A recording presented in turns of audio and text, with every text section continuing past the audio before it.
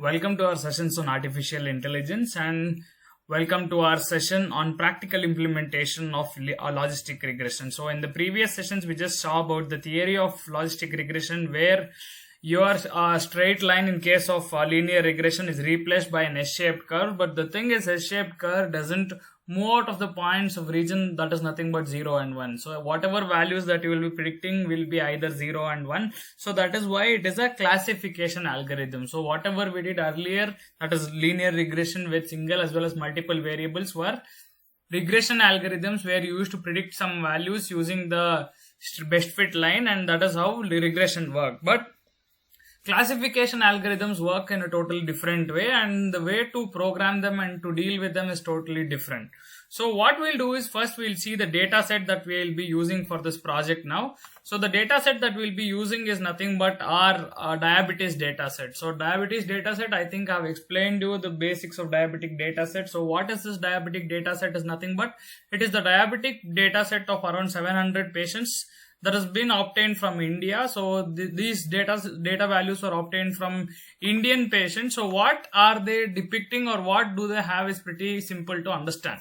So what do they have is pretty simple to understand. So pregnant. So what does this pregnant column means? It means that how many times a person was pregnant, like how many times the person was pregnant. So that is the column of pregnant meaning. So glucose is nothing but it is telling you what is the glucose levels of a particular person in terms of milligrams. So that is nothing but your glucose in terms of mg. So BP is nothing but your blood pressure. So you have your blood pressure values that is given here. So BP. Skin is nothing but the skin thickness. So one way to measure the diabetes level of a person is by using the tricep skin thickness. So if you are using the tricep skin thickness, so that is also a method to actually find out if a person is diabetic or not. So skin is depicting the tricep skin thickness. So that is important to understand. Then you have your insulin value. So that is the basic hormone that is responsible for converting your glucose into your fructose and other quantities. So insulin is also very important. So the value of insulin indicates that what is the danger of diabetes that a person has. So then we have something called as body mass index. So what is this body mass index? It is pretty simple to understand. It is nothing but a ratio of the height versus your body weight. So you have your body weight, you divide it by your height, then you get the body mass index. So what is this body mass index doing actually? So it is telling you how fit you are. So if you are below 25, that means that you are actually fit, and if you are greater than 25, it means that you are obese. So this is body mass index. Then we have something called as a pedigree function. So what does this pedigree function do is pretty simple to understand. So pedigree function is telling you what is the probability of you getting diabetes if. So this pedigree function is telling you what is the ratio of you having diabetes if your previous generation or the previous people in your family had. So if you have the ratios greater than 1, then you have more probability of getting diabetes through your nothing but previous generation. So since diabetes is also a hereditary thing, so it is also dependent on your pedigree function as well. So pedigree is telling you what is the previous value or what are the genetic values of your particular family. So that is what your pedigree is telling. And age, obviously if your age is greater than around 50, 60, so you have greater chances of getting diabetic. So then you have last part, that is nothing but label. So what is label indicating? So you didn't have a label in case of your linear regression data sets or regression model data sets. So label is indicating whether the person has diabetes or not. So how does it indicate? If the label for that particular row is 1, it is indicating that the person has diabetes. So if the label in a particular row has 0, so then it is indicating the person doesn't have diabetes. So 1 is the indication of person having diabetes and 0 is also the indication of person not having diabetes. So this is what is this entire data set depicting. So very important to understand. So 1 is telling you what is if the person is diabetic or not, nothing but it is an indication that the person is diabetic. 0 is an indication that the person is not diabetic. So this is how you need to predict the values of all the functions and all the variables. So this is the entire data column that we'll be using to predict. So all our data, so this all data will become our X, our Y will just become the label because we are predicting just the label. So in all the data sets, in case of your classification algorithms, this data label should be only of 2 or 3 types. It should be either binomial or like trinomial or multinomial, which is depicting the classes. So what are all the classes that is available? So classes available are 0 and 1, indicating that 0 is non-diabetic and 1 is diabetic. So this is the total data set that we are catering to. So all these other parameters will become our x-axis, nothing but we try to use all these values to predict our label. So whether a person is diabetic or not using those labels. So using all these X values, that is nothing but pregnant, glucose, BP, skin, insulin, BMI, pedigree and age. So you need to find out the label whether that is nothing but the person has diabetes or not. So this is the total data that we'll be taking, and this will be the predicting part. So one thing you need to concentrate on this classification algorithms is, in classification algorithms, the labels are very important. So if you consider a previous data set, for example, so if you're considering the previous example, that is nothing but my data, which is our. So in this data set, we can see that there is no label. So what is the label? Label is indicating which is the classification that the data is going to sit in. So very important to understand, in regression part, you don't have labels. You just have the predictor variable. That is nothing but all these variables will become our X. So this slash profit will become our Y. In the case of our nothing but our classification problem, so we need a label compulsorily, because that is how your data is getting classified as diabetic and non-diabetic. So very important, in case of any classification algorithm that you use, important to have this column called as label. So without label, you can't predict which class does the data belong to. So this is how the data set that we'll be using, and this is the data set that we'll be trying to implement our logistic regression. So how do we implement our logistic regression? Just open your Python program and we'll start coding on the particular thing. So it is pretty simple when you want to code with Python programming. So what is the thing that you will do is nothing but importing the library. So which library will you import?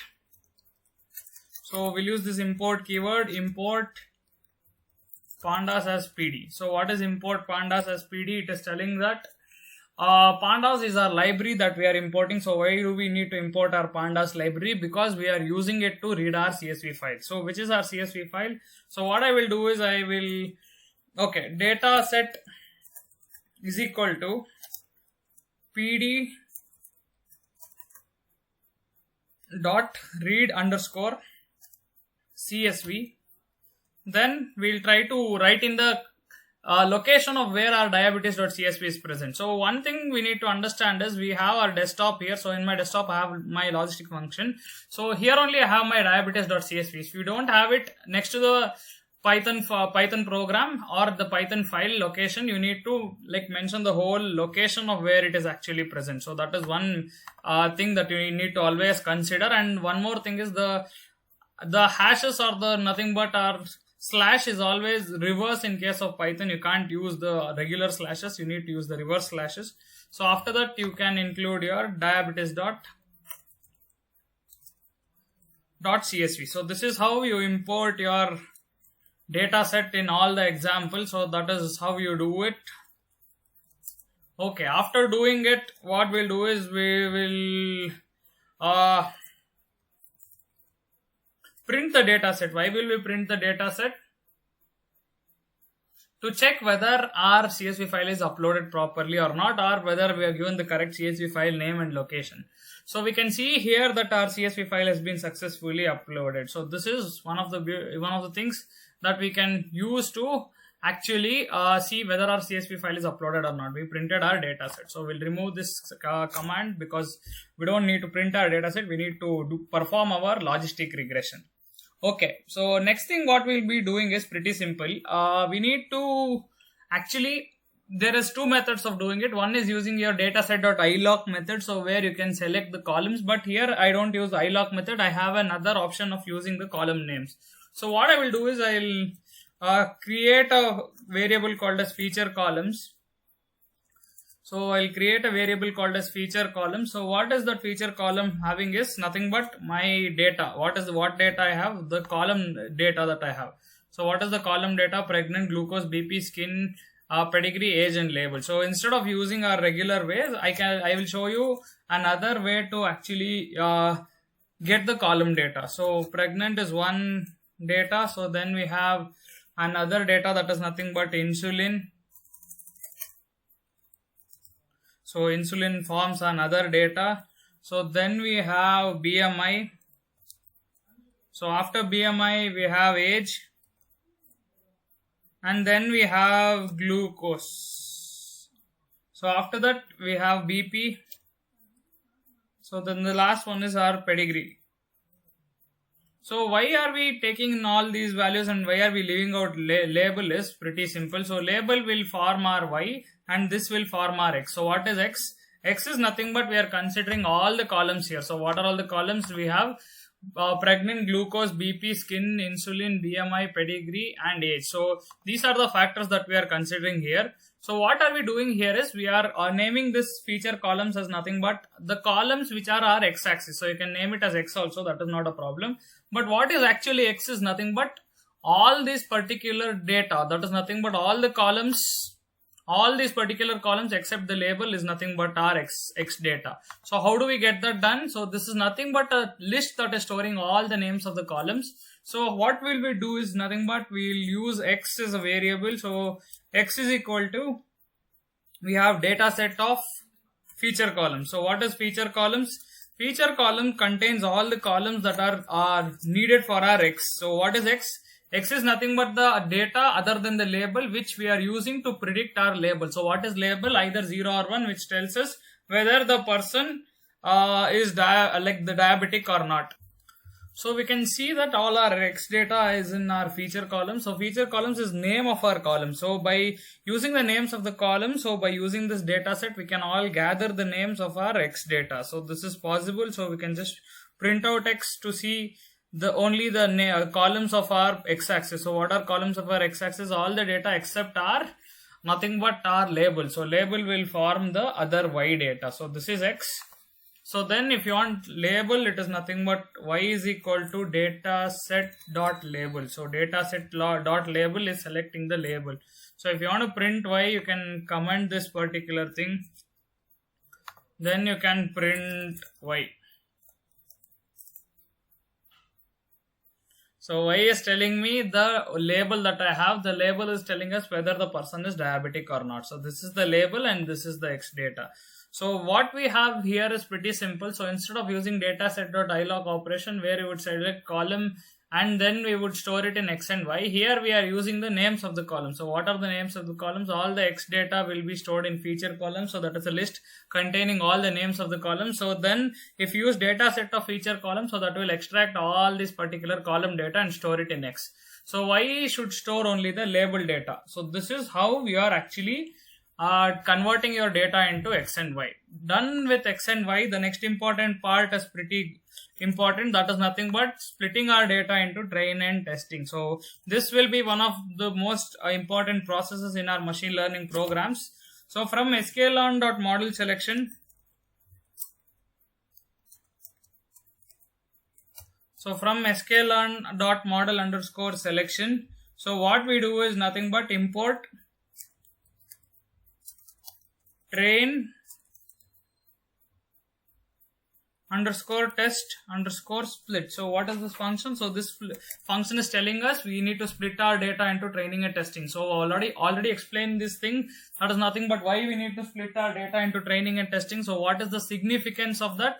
Because whatever data that we take in, the entire data cannot be used for just training or algorithm, because we need to test it against some values to check its accuracy. So for checking the accuracy, we split our whole data into training and testing, where majority of the data will be used for training and minority of the data will be used for testing. So that is how you can actually do this important thing. So very important to understand how you would split your data into training and testing. So why do you need to split your data into training and testing? Because the major reason why you split your data into training and testing is majority of the data will be used for training the algorithm and you need to check the accuracy of the algorithm. That is why you need to split into the training part as well. So how do you use it? It is simple. You need to create variables. That is nothing but x underscore train, comma y underscore train, comma y x underscore test. So then y underscore test. So these are all the variables that we'll be using. So after using these variables, so what we'll do is we'll use the train underscore test underscore split function.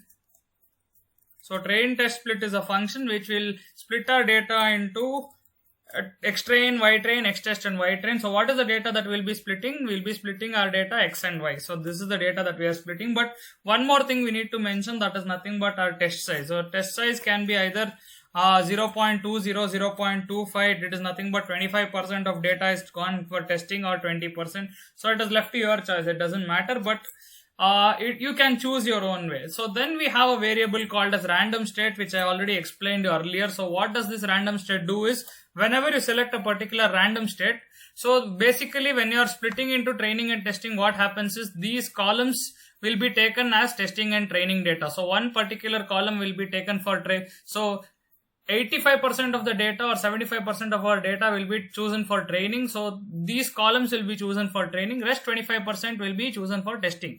So in this column, we divide this column into like two parts. One is the X part and the Y part. So X part is the whole other data. Y part is involving only the label.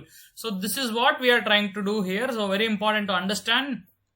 We have our label here and we have our X part here. So what we are trying to achieve here is, we are splitting the data into training and testing, but after splitting the data into training and testing, we are splitting in the form of X train, X test, Y train, Y test. So it's 85% or 75% of data. Since we have chosen 25% of data must be chosen for testing. So around 25% data will be, columns will be chosen for testing. In columns, you split it as X train and Y train. So X train is all the other data except the label. Y train is nothing but the label. So this is how we are splitting the data. But what is random state doing is, the chosen ones, that is nothing but the 75% test training and 25% testing will be chosen randomly using all the data. But the random data that will be chosen, once we give the random state as some value or variable, it will remain the same for 100 iterations or any number of iterations that you do. So this is very important. The concept I have already taught you in the previous sessions. This is telling you what exactly the random number should stay. So random state 0 will randomly select certain data for training and certain data for testing. That random number will remain as it is whenever you mention random state is equal to 0. So the data which have gone for training and data which have gone for testing will remain as it is whenever you train or whenever you use the data when random state is equal to 0. So that is what happens. Okay. So this part is done. So then what we'll do is, we have our X train, X test and Y train, Y test. So if you want to print them, it is simple. So you can print your X train, print your Y train. So these are the things that you want to print. So you can print out these values to check whether they have split properly. So now you can see that they have been split properly. So what is your X train? So X train is having your data, that is nothing but your column. So that is your X train. But what did we print here? So Y train is nothing but again our training data that for the Y axis that also we are printing. So X train and Y train have been successfully like printed. So X train, Y train, X test and Y test. So this is how your data is getting printed. So one more thing you need to consider here is, we forgot one more thing. Always your X should be given first and then Y. So it should be X train and X test followed by Y train and Y test. So you can't alter the way, because whenever we printed that, we got both the X values. So X train, X test and Y train, Y test. So that is how you initialize the variable. So if you want to print out your X train, X train, again the same thing. You can print your values of X train. Again, if you want to print your values of Y train, so you can print the values of Y train here. So X train must have only X values, all the columns except the label. Y train must have only the labels. So this is perfectly done. So you can see that the columns are same. That is nothing but the rows are same. 684th row. These X train will have all the X data. Y train will have the Y or the label data which has been already mentioned in the data set. With this, what should we do is, we need to predict whether a person has diabetic using the logistic regression principle. So what we will do using logistic regression is, we will able to classify the data as diabetic or non-diabetic. So that is an important part in classification algorithm. So in this, what we are trying to do is, we are classifying our data into diabetic and non-diabetic data. So what we will do here is, we will select our sklearn dot linear model. So we have sklearn.linear model. So this linear underscore model will take in the data that is nothing but our linear model. So which is our linear model here? So our linear model is nothing but import logistic regression. So logistic regression.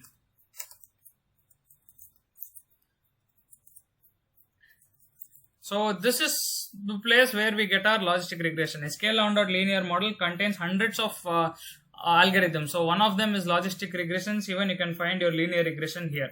So what I will do is I can write a variable called as logreg. It is nothing but a user defined variable. So I can name it as the logistic regression function. So why am I doing is, instead of using logistic regression every time in my whole program, so I can rename my function as logreg, so I can use it anywhere. So this is the thing that we do. So what we did now is we split our data into training and testing data. So we have xtrain, xtest, ytrain and ytest. So then we have initialized our logistic regression function. But how will our logistic regression function know which is x and which is y? That is why we need to fit our data. So what is fitting the data? Giving our data to the algorithm. So in our algorithm we have nothing but our x and y data. So our algorithm needs to be fit with the data that we actually require. So what is the data that we are fitting?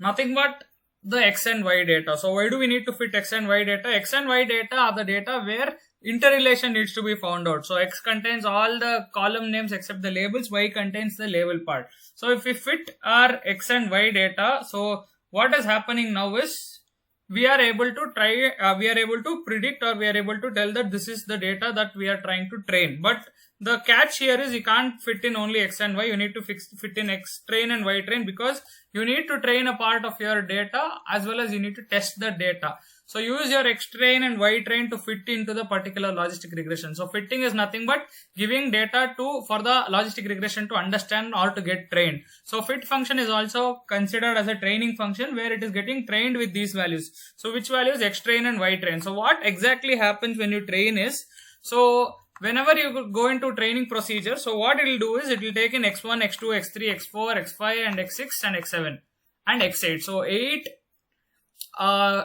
dependent variables are there now. So using this 8 dependent variables, so it is trying to draw a sigmoidal curve. So what is the sigmoidal curve? For each and every nothing but data or data column, it is drawing a sigmoidal curve. So for better example, so you can take this better example. So you have your data that is nothing but your x and y data. So this is my x-axis and this is my y-axis. So you can see from this graphs, it is pretty clear that we have different data. So what is the different data that we have? It is nothing but different columns. So each and every column, we have this particular thing and then we have the label. So we are trying to draw nothing but our S-shaped graph for each and every column. So then we are trying to predict whether that is giving a 0 or 1 result. So if my pregnancy is 6, so whether it gives me a label 1 or 0. So that is what we are plotting. So we are plotting this entire column versus label, second column versus label. That is how we are able to predict or train the algorithm. So each and every data is plotted against the label. So each and every column is plotted against the label to get the better idea of how the S-shaped curve will become. So that is very important. After doing that, it will consider all the majority of the values and consider it as 1 or 0. So that is how this actual thing is happening, where you are considering each and every column data, then you are plotting it against the label with the sigmoidal function. So that is giving you an S-shaped curve. So you have all these 8 columns that is plotted with sigmoidal curve, then individual predictions are taken. So whether this column gives 1 0 or 1 0 or 1, then majority of all those values will be considered as our main result. So this is very important to understand here. So what are we doing here is we trained our data with respect to our x train and y train. So we found out what is the relationship between our x train and y train. So what we'll be doing next is we'll be trying to check our algorithm whether it is predicting properly or not. So we'll create a variable called as y underscore predict. That is what it will do is it will predict the logreg function. So logreg.predict. So logistic regression.predict. What is the data that we need to use? Xtest. So this is the data that we are using. So after doing that, we can print the data frame of. So we can print the data frame of. So what will we print using the data frame of? Okay, pd.data frame of. because that is the function. So what will we print? So we'll print out our y underscore test and y underscore predict. So y underscore test and y underscore predict, you know the reason, because y underscore test is the actual value of your data that is similar to your x underscore test. So what is the corresponding y labels of your x underscore test? So that is the actual data y underscore test. Y underscore predict is the values that are predicted by this logistic regression for the given x underscore test. So that is what we will be printing here. That is what you can print here. So that is one data that you can print. So you can print out your y underscore predict is separately also. That is not an issue. So you can print out y underscore predict. So you can see what are all the data that you are getting. So this is the data that it has predicted. So this is the total data that it predicted for the values. So this is there. But it is always difficult to actually compare our values. So what we'll try to do is, we'll use a concept called as a confusion matrix. So what is this confusion matrix and why do we need confusion matrix in our whole like logistic regression or classification problems is, it is pretty simple. So what is the actual problem is, I have our y underscore test data. So this is my data y underscore test. So then I have my y underscore predict. So if I try to plot them, if I try to see them, so it is which is the correct prediction and which is the wrong prediction, I need to compare each one of them. So first one is correct, so it has predicted first one is correct, second and third 0, it has predicted correctly, fourth one and 1, and fifth one again. So that is how you need to individually check each and every data from your y underscore test and y underscore predict to tell us which is correctly predicted values and how many wrong predicted values. So that is a tedious process when you are considering such a large data set involving 800 to 900 data. So that is why we come up a concept with that is called as confusion matrix. So what is this confusion matrix doing is pretty simple.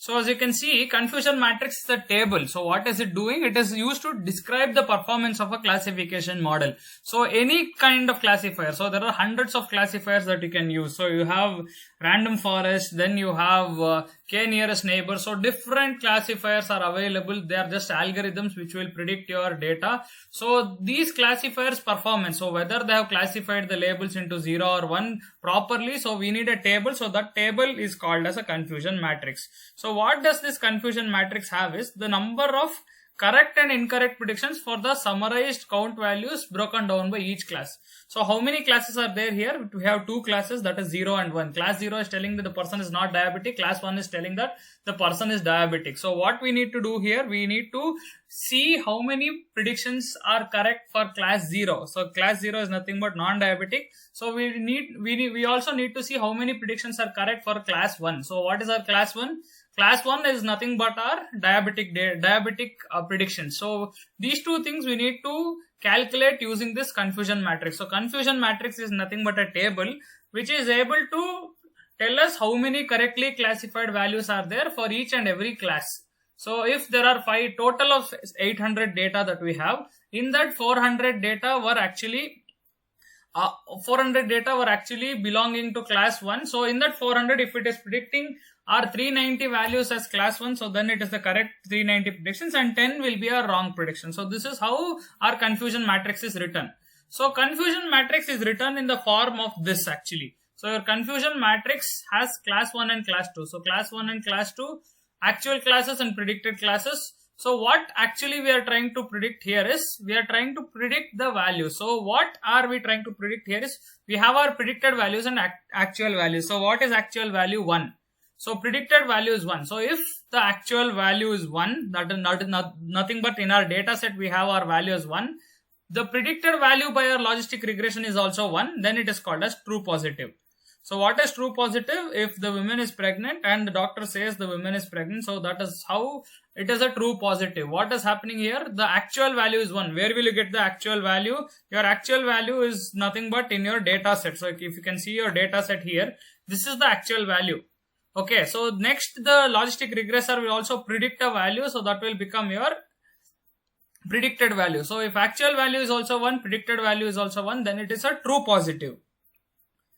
So what is a true positive? Actual value is also 1 and the predicted value is also 1. So then we have something called as false positive.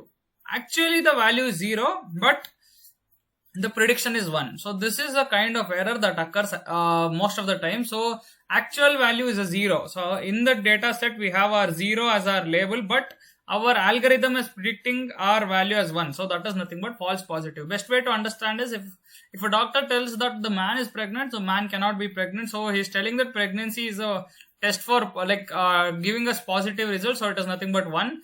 So even though the man is not pregnant, so it is giving 1. So that is telling you it is a false positive. So in always in a like a confusion matrix, we have 4 columns. So what is the 4 columns? True positive, false positive, false negative, and true negative. So what is false negative again?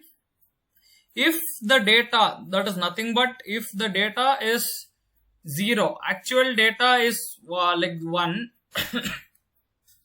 Yeah, so what I was actually telling was, if the actual values is already 1, but the predicted value is 0. So actually the lady is pregnant, but the doctor says she is not pregnant. So that is what it is, the whole data is indicating. So actually the value is 1, but the predicted value is 0. That is called as false negative. So this is also an error data. This is also an error data, because even though the person is not pregnant, so they are considering him as pregnant. So that is nothing but false positive. Even though the lady is pregnant, she is not being considered as pregnant. So that is nothing but false negative.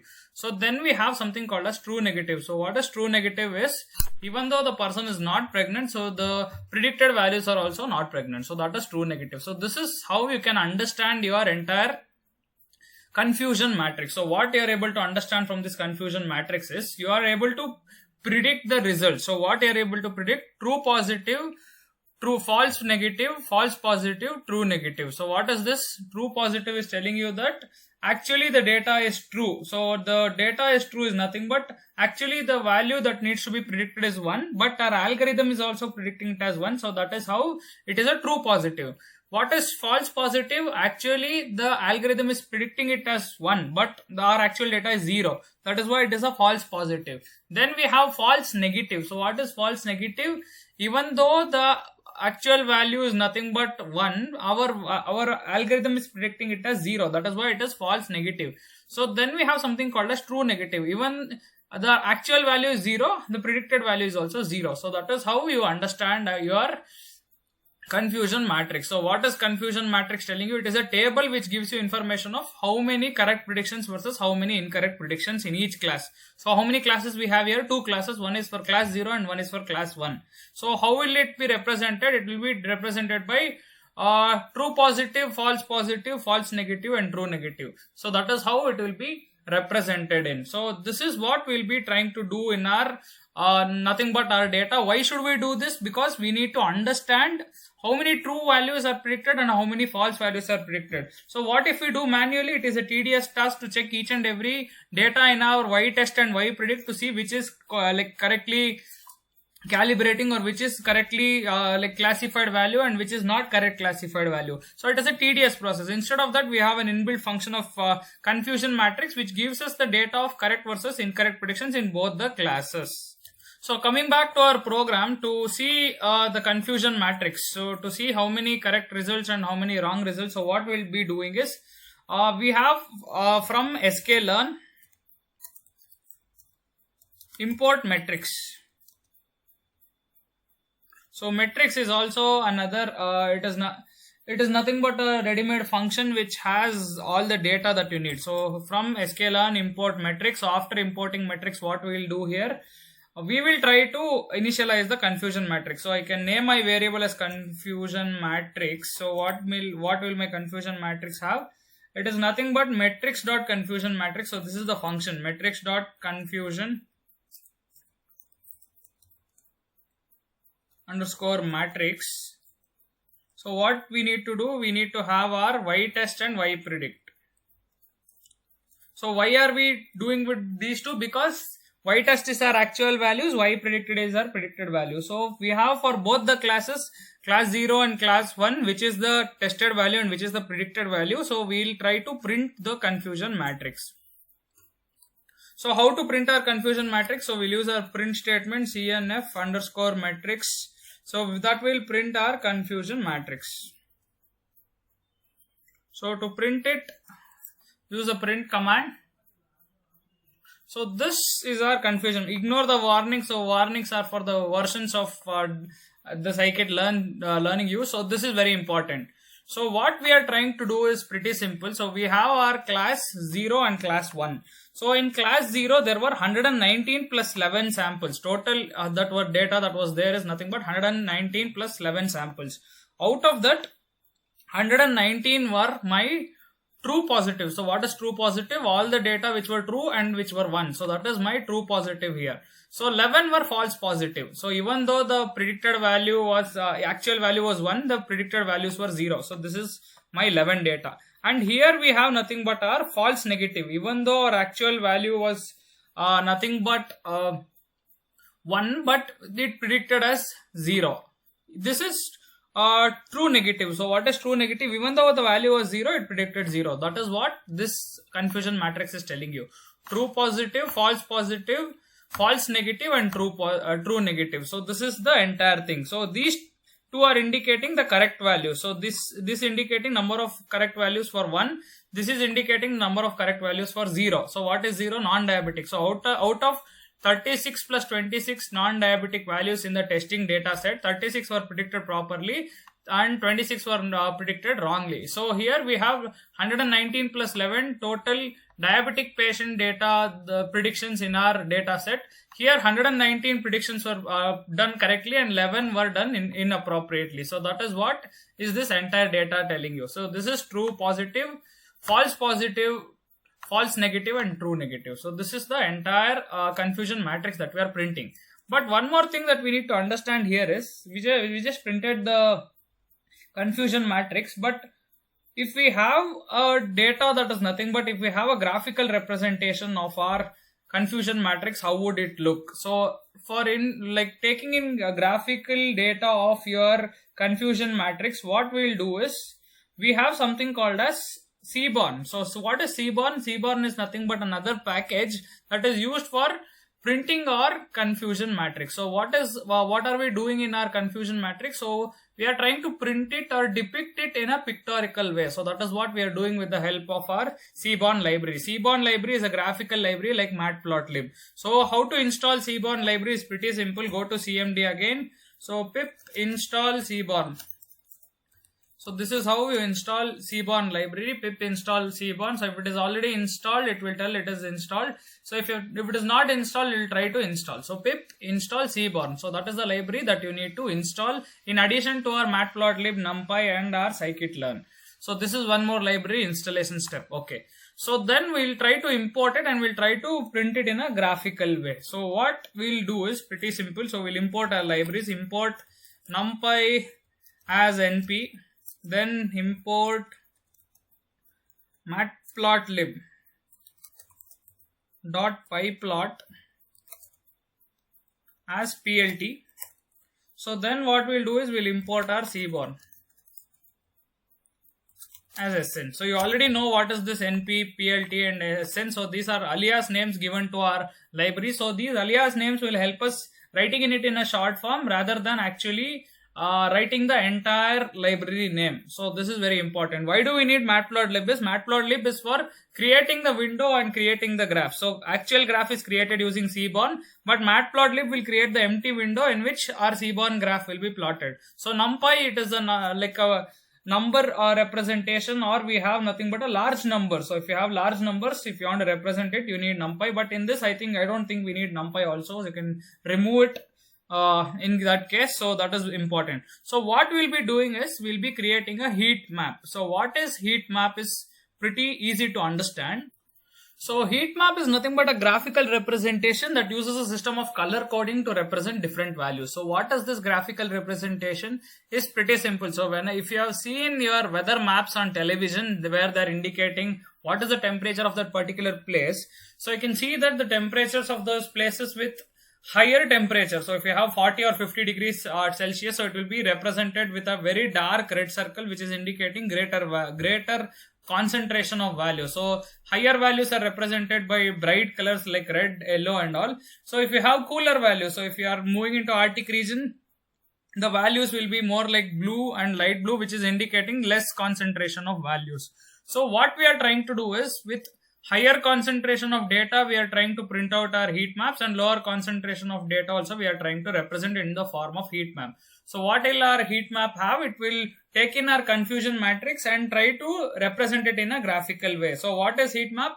Different data or different data representation. So if you have different values, so higher values will be represented in the form of your darker colors, and then lower values will be represented in the form of your lighter color. So that is the whole difference of your nothing but your heat maps. So heat maps represent different data in the form of different colors.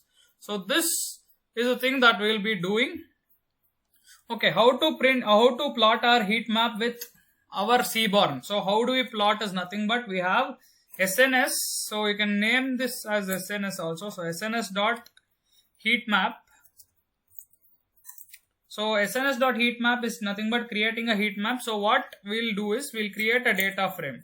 So since confusion matrix cannot be taken directly, we need to create a data frame. What it is doing, data frame, it is combining the two lists. So what is the list that we printed? That is nothing but our confusion matrix. So the list that we printed is nothing but this is the list. So two lists it is taking, 119 and 111, and 26 and 36 are the two lists it is taking. So that is taken as our data frame. So what we do in our data frame, we take in confusion matrix. So CNF matrix will have nothing but the data of two lists, where one is telling us for label number 1 and the other one is telling for our label number 0. So we create a data frame. So what is data frame? Combination of these two things to form a single entity. So we created a data frame of that particular nothing but our confusion matrix. So this is one way of doing it. So we'll create a data frame of the confusion matrix. So this is what is happening. So then if you want to print it, you can see the label and you can create the title for the graph. So plot the title, you can put it as nothing but confusion matrix. So this is confusion matrix. Then plot dot x label. So x label is telling us it is nothing but our x-axis. So what is x-axis telling us? It is the actual label. So then we have our y label. So that is nothing but plot dot y label. So which is telling us predicted labels.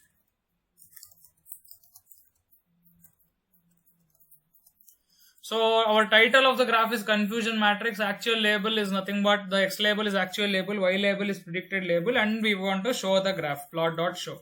So this is how you plot a heat map. So what you are doing is you are taking this confusion matrix 119, 11, 26 and 36, and you are creating a data frame so that all this data will be in the form of a single entity, that is nothing but a pandas data frame. So we are giving the pandas data frame as an input to heat map. So we are telling this is the title, this is the x-axis and y-axis. So we'll plot the graph. So what are we getting here? So this is how we are getting the whole graph. So we can see this 119 being represented in darker value. So 119 is represented by this particular value, that is cream colored is represented by 119. So this is 119. So then we have our data, that is nothing but 11. So 11 is represented so close to the dark line. So 11 is the dark line. So this is the legend. So this is telling you what is the concentration. So if you have lighter values, it is closer to 100. So if you have lower values, it is closer to 20 and 10. So this is how you plot the confusion matrix. But one more thing you can do in the confusion matrix is you can add annotation. So what is annotation? The values, that is nothing but our 102, 116, 11. So all those things, if you need, you can use this annotate as the variable and you can try to see which is the annotation that you want. So here you can see here 119 is represented 1.2 e plus 02. This is nothing but our exponential way, or we have our E method of representation. So this is how it is represented. So 11, 26 and 36. So that is how your whole confusion matrix is represented in the form of a graph. But the problem is we don't want E. So what we'll use is we'll have a format operator or nothing but a format variable. If you give G, so what is G is nothing but our whole number. So if you give G, so it will print it 119, 11, 26 and 36. So G is telling us print the whole number. So to use whole numbers for our annotation, so that is nothing but what are all the data that we have in our confusion matrix, you can use this particular thing. Okay, so this is how you actually plot a nothing but our data on a confusion matrix, nothing but our visual representation of confusion matrix. So this is telling us what is the actual values that it is predicting and what is the predicted values also of the entire thing. Next thing is we need to print our accuracy also. So how will I print my accuracy score? So we have metrics. So that is the inbuilt function metrics.accuracy score.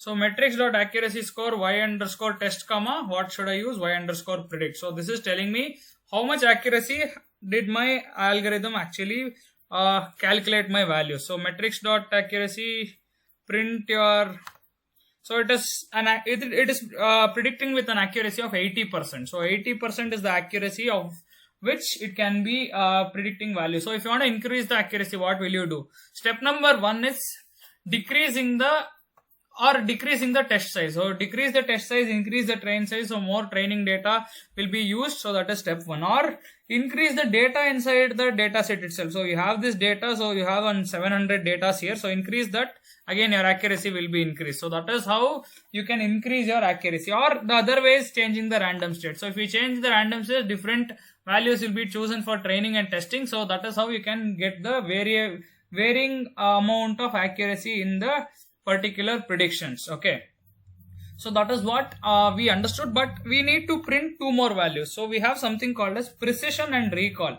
So what is precision and recall is nothing but precision is telling you how accurately our data is getting predicted. So what is precision? If the data needs to be predicted as 1 and it predicted 1, that is nothing but our prediction. But our accuracy is telling us how much accurately our value is getting predicted. So this is little bit of confusion getting our accuracy and as well as our precision. But the actual formulas you can see here. So this is our actual formula. So precision is nothing but true positive divided by true positive plus false positive. So what is this telling? Precision is indicating that the number of positive values that are being predicted out of the total positive values. So what is the total positive values is nothing but total positive values or total true values is nothing but true positive and false positive. So these are the total positive values. So if we are trying to print out from total positive values true positive plus false positive, TP divided by TP plus FP. So total number of true positive that is there from total of true positive plus false positives, that is our precision. So basically if you have class 1, so number of correct predictions of class 1 divided by total number of class 1 predictions. So if it is correct or wrong, so the total number of class 1 predictions, number of correct class 1 predictions by total number of class 1 predictions is our precision. So precision is nothing but only for our class 1 value. So you are trying to understand how many positive values are actually being predicted. So then we have accuracy. What is our accuracy telling? Number of true values predicted out of all the values. So you have your true values. Either it can be class 0 and class 1. So number of true values that is being predicted out of all our values. So what are all our values? True positive, true negative, false positive, false negative. In that, what is the true positive and true negative? So true positive, true negative is the actual correct data that needs to be classified and predicted. So this data is telling us what is our accuracy. How can recall be defined? Recall is defined as number of true positives out of true positive plus false negative. So that is nothing but telling us what is the total number of correctly classified positive samples divided to the total number of positive samples. So this is what it is telling you. So how many positive samples can be there? So true and it is predicting it as positive, that is one kind of positive sample. So even if it is false, it is predicting it as positive, that is nothing but false negative. So in total number of positive samples, how many are true positive samples is your recall. So precision is telling you what is the number of true positives or in class 1. So if you have class 0 and class 1, so what is the total number of class 1 correct class 1 predictions by total number of class 1 predictions is your precision. Accuracy is number of true predictions. So you have a true positive and true negative out of all the total data that we have. So then we have recall, that is telling us correct number of positives predictions divided by total number of positive samples. So what are the total number of positive samples? true positive is one kind of data. Then we have false negative. Even though it is false, it is predicting it as one class 1. So that is also a source of your nothing but your positive data. So this is how you can actually define your terms, that is nothing but precision, accuracy and recall. So how will you print the precision, accuracy, recall? Pretty simple, with using inbuilt functions.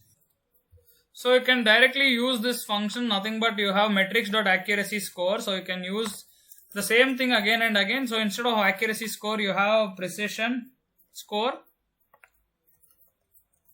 So then you have nothing but your recall score. So precision and recall. So we'll try to print all these three things. So what is our precision? What is our recall? So accuracy is 80%, precision is 76%, recall is 58%. So this is the measurement parameters. So how accurately our data is getting predicted. All these three are our measurement parameters: precision, recall and accuracy. So with the help of this, we can see how our algorithm actually predicted the values.